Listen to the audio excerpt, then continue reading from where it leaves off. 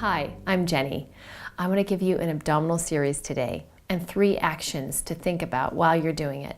This is perfect for really anyone who's short on time, but especially somebody who's gone through a childbirth and trying to get their body back, or for anyone experiencing lower back pain. So have a towel within reach and a hand towel, and come onto your back. Place your feet sit bone distance apart and lie all the way down, and notice as you lie down if your chin is jutting up and your neck is uncomfortable. And if it is, take that hand towel and place it under your head at whatever height is most comfortable for you to make your ears even with your shoulders. Great.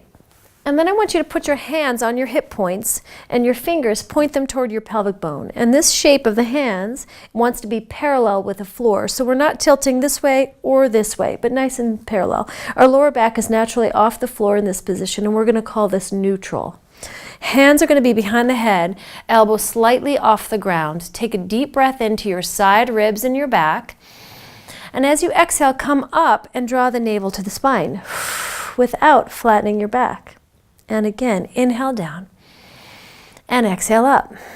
So as we're doing this, the motion is rather small, and that's because we're not coming up like so. We're not gripping the hip flexors. We're not crunching the stomach. We're just staying neutral for the moment. I want you to think about 3 things. 1, navel to the spine as you exhale. Inhale down, exhale up. 2, from the pelvic bone to the navel, I want you to act as though you're zipping up a tight pair of jeans. So everything is drawing in. And number 3, those front ribs here, typically a lot of us want to pop, right? So I want you to soften them in and draw them in toward the body. Take a breath and exhale up. Inhale down. Exhale up. My head is heavy. I'm just going to move my hands so you guys can see my face. So as you come up and down, the chin, don't want to grip with the neck. So really let your head be very heavy and isolate that motion so that I'm sliding the rib cage toward my hips. I'm drawing the navel to the spine. I'm zipping up the zipper. I'm softening the ribs. Great. And take a rest. So now we're going to go through a version that's exactly opposite of what I just told you. Bring your thumbs to your bottom ribs. Bring your middle fingers to your hip points, and between those fingers on either hand, I want you to gently draw them closer together by way of softening the sides of the waist to the floor. So we're going to make the back flat. What I want to avoid is, again, gripping the hip flexors. They typically want to work out a lot more than we want them to. So flatten and gently bring the back against the floor. Good. Tabletop legs, that's when your knees are above your hips, your shin bones make a parallel plane with the floor, and lower back is flat. We'll do the ab curl. So as you do this, guys, if you're noticing, oh, my back is not staying flat, I want you to bend your knees closer to you, right? Continue going as I chat. And the other option is to slide that towel that you have under your lower butt to just give you a little extra support. That's especially helpful when you're starting to get your abdominals back again.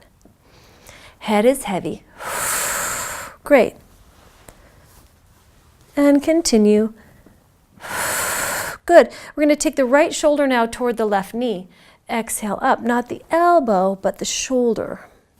Inhale down. And other way. And down. And other way. Good. And exhale up.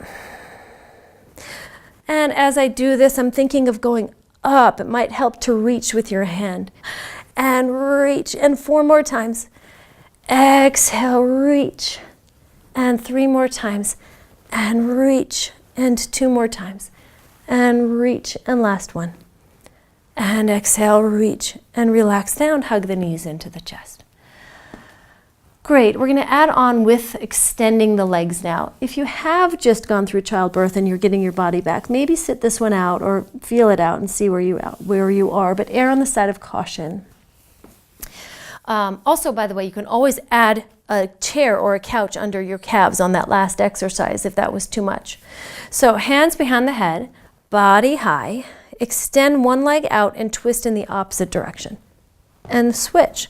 So you've probably seen this many times. A typical mistake that is often made in this exercise is that we rock. and we lift the lower back too much as we twist. So from the bra line down, I want you to keep everything stable and everything still. Good.